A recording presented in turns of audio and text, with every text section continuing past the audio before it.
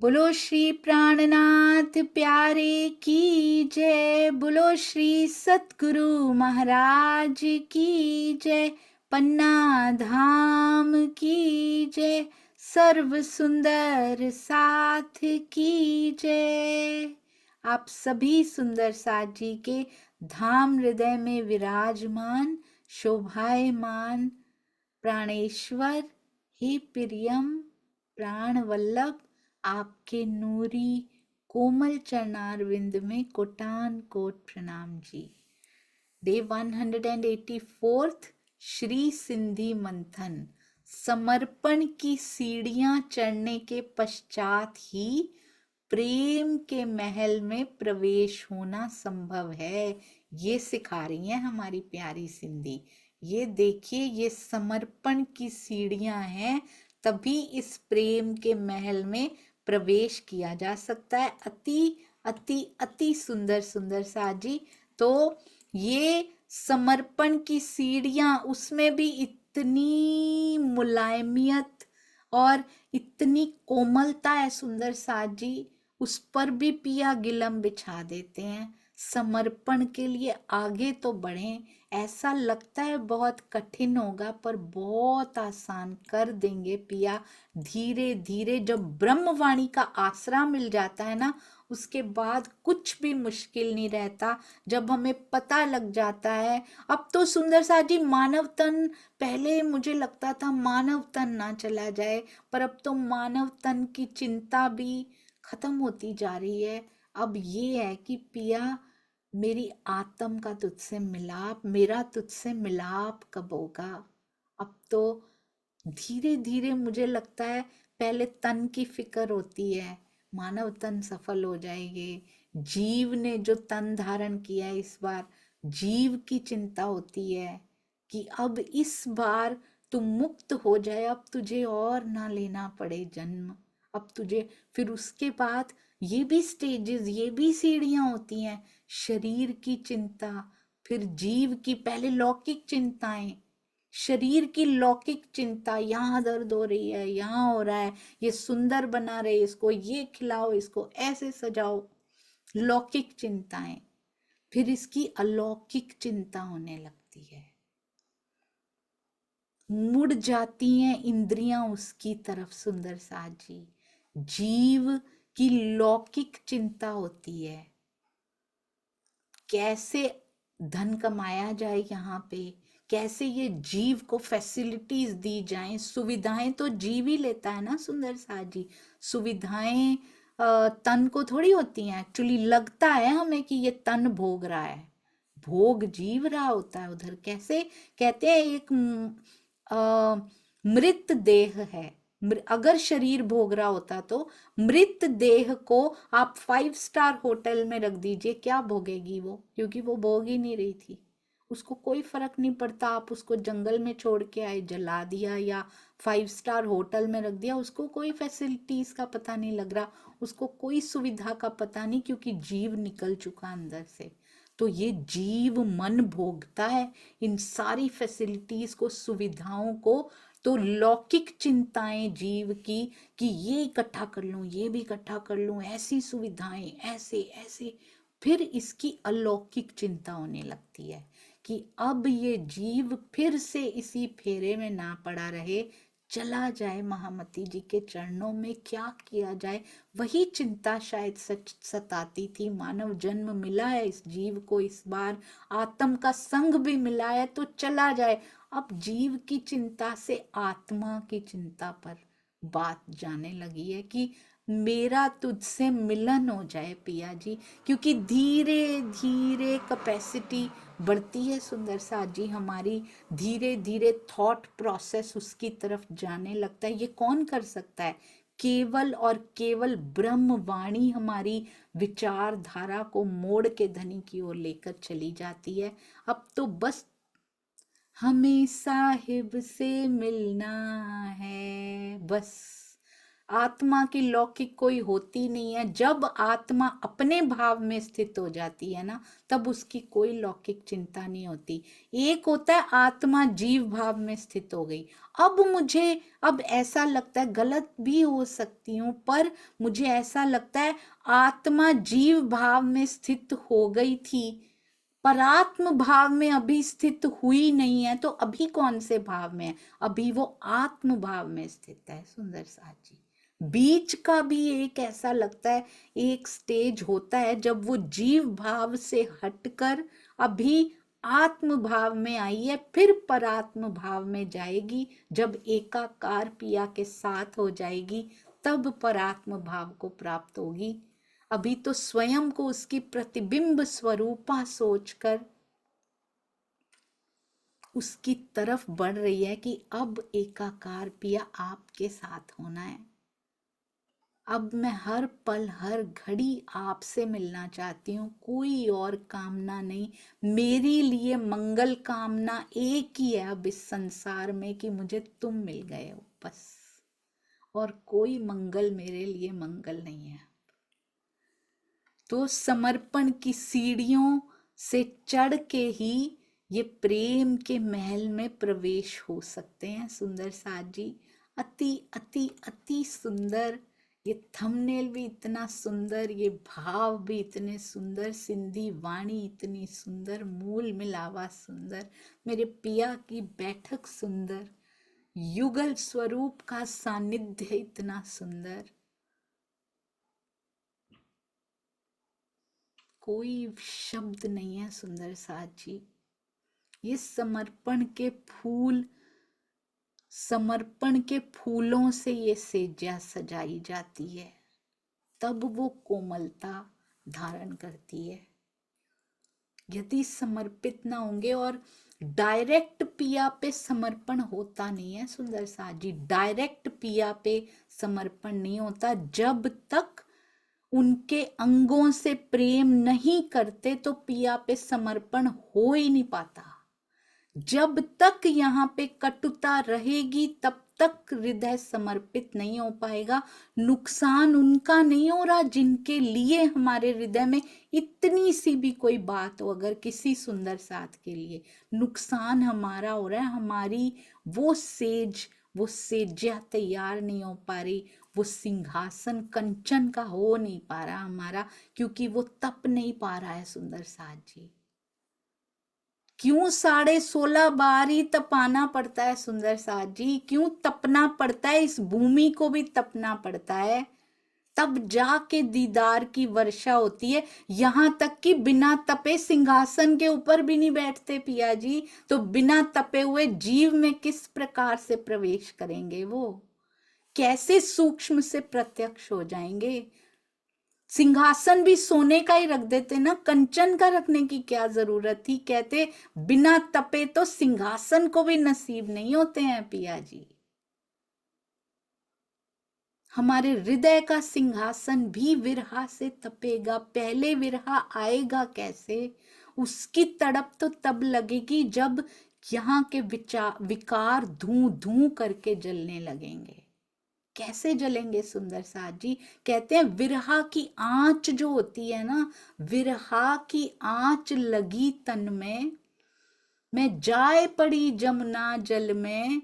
बहुत सुंदर, शायद रसखान जी ने लिखा है ये। कहते हैं विरहा की जो आंच लगी, उसने सारा जमुना जल सबरो सूख गयो। मैं जिस जगह भी गई वो सारा कुछ सूखता चला गया। मेरे सारे विकारों को जला डाला इस आग ने। पहले विकार निकाल के नहीं आता, कई बार विरहा सारे विकार निकाल के जला मारता है उनको, कहीं चैन नहीं लेने देता। कहते मुझे लगा आंच लगी है, आग लगी, मैं जमुना जल में चली जाऊं, शायद ये आग मिट जाएगी, यहाँ का सुविधा ले लूं। अंदर ऐसे लगता है जैसे मैं घर से बाहर चली जाऊं, मुझे घर में कुछ हो रहा है पिया, तेरे बिना रहा नहीं जा रहा, कुछ नहीं मिलेगा घर से बाहर जाके। शायद मैं यहां चली जाऊं तो करार आ जाएगा, नहीं आएगा सुंदर साथ जी, क्योंकि इस आंच को पिया तेरो दर्शन ही मिटा सकता, और कोई नहीं मिटा सकता। और इस आंच में सारे विकार जल के राख हो जाते हैं। उस परिस्थिति, उस स्थिति तक पहुंचना कैसे है, ये सिंधी वाणी पहुंचाती है सुंदर साथ जी। उस परिस्थिति तक पहुंचना, उसके लिए सबसे पहले कोई विकार बाकी मिटे ना मिटे, अहंकार जरूर मिटाकर आगे बढ़ना पड़ता है सुंदर साथ जी। यदि हम आज भी पहाड़ी बैल के सींग अपने सिर पे लेके खड़े हैं और वो भी उसी के अंगों के लिए, फिर नहीं सुंदर साथ जी, फिर उनके दर्शनों की वेला अभी दूर है। यदि आज भी सुंदर साथ के प्रति ऐसा कोई भाव आता है तो अभी उनके दर्शनों का वो क्षण, इसका मतलब अभी पास नहीं है। अब हम चौपाई कर रहे थे सुंदर साथ जी, जो कि उसमें आई थी, रेफरेंस चौपाई में आई थी, और वो हमारे सुंदर साथ ने बहुत प्यारी सजाई भी हुई है, तो हम उस पे चलते हैं। अति प्यारी चौपाई, इसमें आता है, इन मोती का मोल मुझे आदमी देखे। मैं आपसे शेयर करती हूँ, आप देखिएगा। हम चौपाई के रेफरेंस में चल रहे थे, ये देखिए। यूं कई छलमूल, ये हमने किया था उस दिन। यूं कई छलमूल कहूं मैं केते, मेरो टोने ही को आकार। और अब ये किरंतन की चौपाई थी। तथा मुझे आदमी देखे इत, श्री बीतक साहब, प्रकरण 47, चौपाई 114। तो इसमें पूरी नहीं दी गई है चौपाई, चरण दिया गया था, वो चौपाई है। और जो क्यामत की बड़ी जानी दहशत, शरीयत के बंधनों में फंसे, जो अभी बीतक साहब में प्रसंग चल रहा है ना सुंदर साथ जी, ये वही प्रसंग है। शरीयत के बंधनों में फंसे इन मुसलमानों में क्यामत के नाम से ही डर जाते हैं। अच्छा, क्यामत आने वाली है, ये कौन सी खबर दे दी, मतलब दुनिया खत्म होने वाली है। बड़ी जानी दहशत, करामात मेरे स्वरूप पर, मुझे आदमी देखे इत, कहते ये मुझे आदमी समझ लेते हैं, साधारण मनुष्य, एक इंसान समझ लेते हैं, क्योंकि मेरे स्वरूप पर ऐसी करामात मैंने कर रखी है, मेरे टोने ही को आकार, मुझे कोई पहचान ही नहीं पाता। यहाँ तक कि ब्रह्म सृष्टियां सुंदर साथ जी धोखा खा जाती हैं, वो पहचान नहीं पाती। कितने साल अपने, कितने मानव जन्म व्यर्थ कर देती हैं वो, कितने जीव व्यर्थ हो जाते हैं इसी में ही, उनको पहचानने में, जो उनका टोने ही को आकार है ना इस बार। इसलिए कृष्ण जी तो सारे ब्रज में अलग से ही दिखाई पड़ते थे। इतना कुछ, कभी पूतना को मार दिया, साफ पता लगता था कि इनके अंदर ही वो बल समाया है। आज तो सुंदर साथ जी जागनी के ब्रह्मांड में तो ऐसा टोना किया अपने आकार पे, बिल्कुल हमारे जैसे होके बैठ गए हैं। कैसे पता लगता है, जब वाणी पढ़ते हैं ना हम, तो बताती, अच्छा ये है वो, यही बोल रहे हैं, ऐसा ही बोल रहे हैं, बिल्कुल जो वाणी कह रही है, इनसे पहचान कर लीजिए सुंदर साथ जी। जो वाणी ना खोलते हो, कभी दो चार बातें करके लुभा देते हो, नहीं जाइए सुंदर साथ जी। बहुत ये सौदा, कोई बहुत सोच समझ के ये सौदा कीजिए, ये आसान नहीं है। किसी के पीछे ऐसे ही मत लग जाइएगा बस इसलिए कि ये इस बार सफल हो जाए। अब पिया के दर्शनों की ओर बढ़ चले, मेहनत भी कर रहे हैं तो राइट डायरेक्शन में मेहनत करें। सुंदर साथ जी कहते हैं, करामात बहुत ही सुंदर है, ये बहुत ही प्यारा, मैंने अपने स्वरूप पे करामात कर रखी है। स्वरूप पे क्या करामात कर रखी है, तन ऐसा ही धारण करके बैठ गए हैं, और बैठ भी बिल्कुल हमारे जैसे ही होके बैठे हुए हैं। और उनको आदमी ना समझ लीजिएगा, उनके अंदर जो बैठे हैं उनको जरूर पहचान लीजिएगा सुंदर साथ जी। एक बार पहचान लिया, कुछ नहीं दिखेगा उसके बाद। हमें पता है जो बात उस मुख से निकल रही है ना, वही ब्रह्मवाणी में लिखी हुई है। We can match that. पर वाणी पढ़ी होगी तो मैच करेंगे, जो हमें वाणी ही ना पढ़ने देते हो तो कैसे। जो वाणी की ओर ना लगाते हो, समझ जाइएगा उनको थोड़ा सा डर है, कि अगर वाणी इन्होंने पढ़ ली तो फिर हमारी बातों से उसको मैच करेंगे, वो मैच होंगी नहीं तो हमें छोड़ के चले जाएंगे। तो इसलिए जो वाणी पढ़ने की ओर अग्रसर ना करते हो तो समझ जाइएगा कि रिस्की है थोड़ा सा मामला।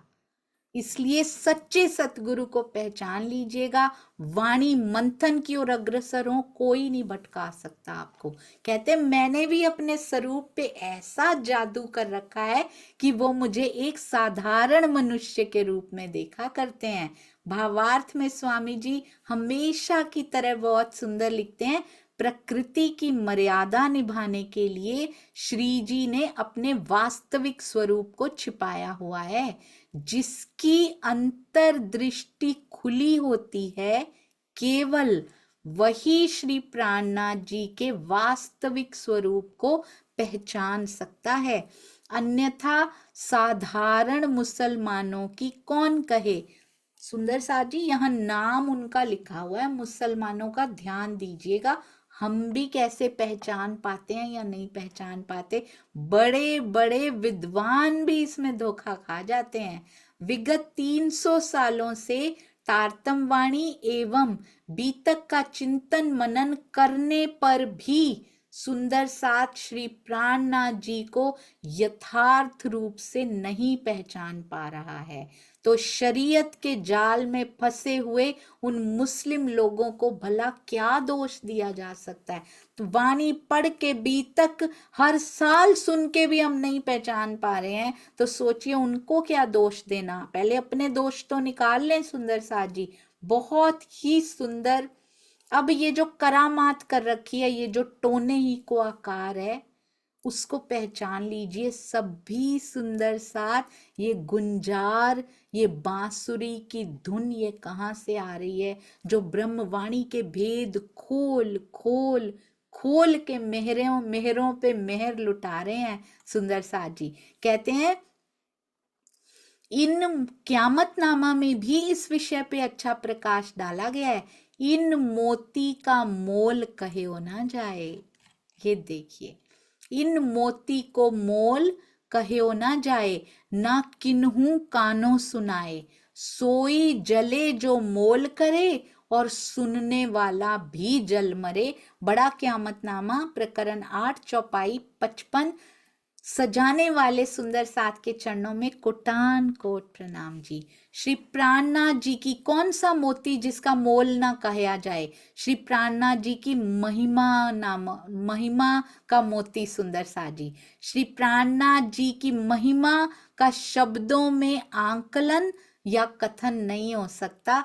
ना किन्हू कानों सुनाए, ना कहा जाता है ना सुना जा सकता है इसको, क्योंकि असीम आकाश या सागर की जलराशि की भांति अनंत है उनकी महिमा। किसी के कानों में भी उसे पूर्ण रूप से सुनने की सामर्थ्य नहीं है। इतना होने पर भी यदि कोई अपने बौद्धिक बल के अहंकार में श्री प्राणनाथ जी की महिमा को शब्दों में आंकलन करने का प्रयास करता है तो उसे प्रायश्चित की अग्नि में जलना पड़ेगा। इसी प्रकार यदि कोई व्यक्ति उसे सुनने की सामर्थ्य रखने का दावा करने की कोशिश करता है तो वो भी प्रायश्चित की अग्नि में जलने के लिए विवश हो जाएगा। सोई जले जो मोल करे और सुनने वाला भी जल मरे। अब भावार्थ में स्वामी जी बहुत सुंदर बताते हैं। उपरोक्त चौपाई को पढ़कर मन में ये संशय होता है कि क्या श्री प्राणनाथ जी की महिमा का गायन करना बंद कर दिया जाए। इसका समाधान ये है कि उपरोक्त चौपाई में श्री जी की महिमा का मूल्यांकन करने को अपराध माना गया है, महिमा गायन करने को नहीं। परम धाम में विराजमान श्री राज जी की कैसी अनंत महिमा है, वैसी ही अनंत महिमा इस संसार में प्रकट होने वाले श्री प्राणनाथ जी के स्वरूप की है। यानी मूल मिलावे में विराजमान राज जी की जैसी है वैसे ही प्राणनाथ जी के स्वरूप की भी है जो पन्ना जी में विराजमान है। क्योंकि ये स्वरूप स्वयं श्री राजी ने ही अपने आवेश स्वरूप से धारण किया है। जिस प्रकार कोई व्यक्ति गंगोत्री के दिव्य जल को एक ग्लास में भरकर ये तो कहने का अधिकार रखता है कि ये गंगोत्री का दिव्य जल है, किंतु ये नहीं कह सकता कि संपूर्ण गंगोत्री का जल इसी ग्लास में ही आ गया है। इसी प्रकार अपनी हथेली में कोई भी सातों सागरों के जल को ना तो रख सकता है, ना अपनी दोनों भुजाओं से समस्त आकाश का आलिंगन कर सकता है। ये दोनों कार्य अंश मात्र में ही संभव हो सकते हैं, पूर्ण रूप से नहीं। उसी प्रकार श्री प्राणनाथ जी की अनंत महिमा को सीमाबद्ध करने का बौद्धिक प्रयास एक कुत्सित अपराध है, जिसे इस चौपाई में प्रायश्चित की अग्नि में जलने के दृष्टांत से वर्णन किया गया है। दुर्भाग्यवश आज तथा कथित कुछ स्वयंभू विद्वानों एवं बुद्धिजीवियों द्वारा श्री प्राणनाथ जी की महिमा को निम्नतर बनाने का जो फैशन चल पड़ा है, वो अक्षम्य अपराध की श्रेणी में आता है।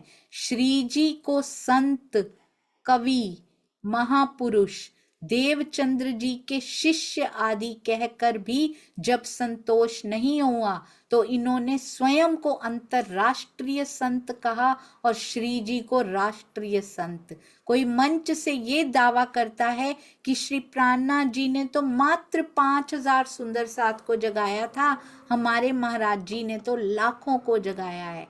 किसी का कथन है श्री प्राणनाथ जी भी 12,000 परायण नहीं करवा सके जो हमारे महाराज जी ने कर दिखाए।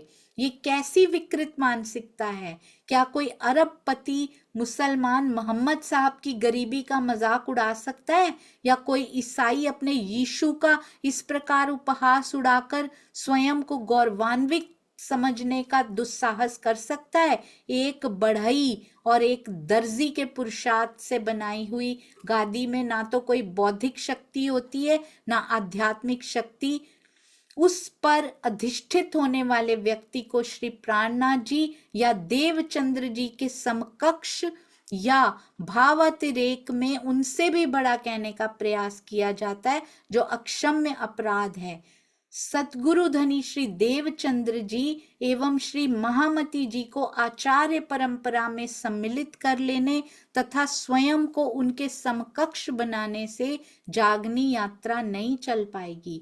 आज आवश्यकता है समाज अज्ञानता के अंधकार में भटकना बंद करे और श्री प्राणनाथ जी के स्वरूप की पहचान करके तारतम ज्ञान एवं चितवनी को समस्त संसार में प्रसारित करने का दृढ़ संकल्प ले। इसी में सबका हित है,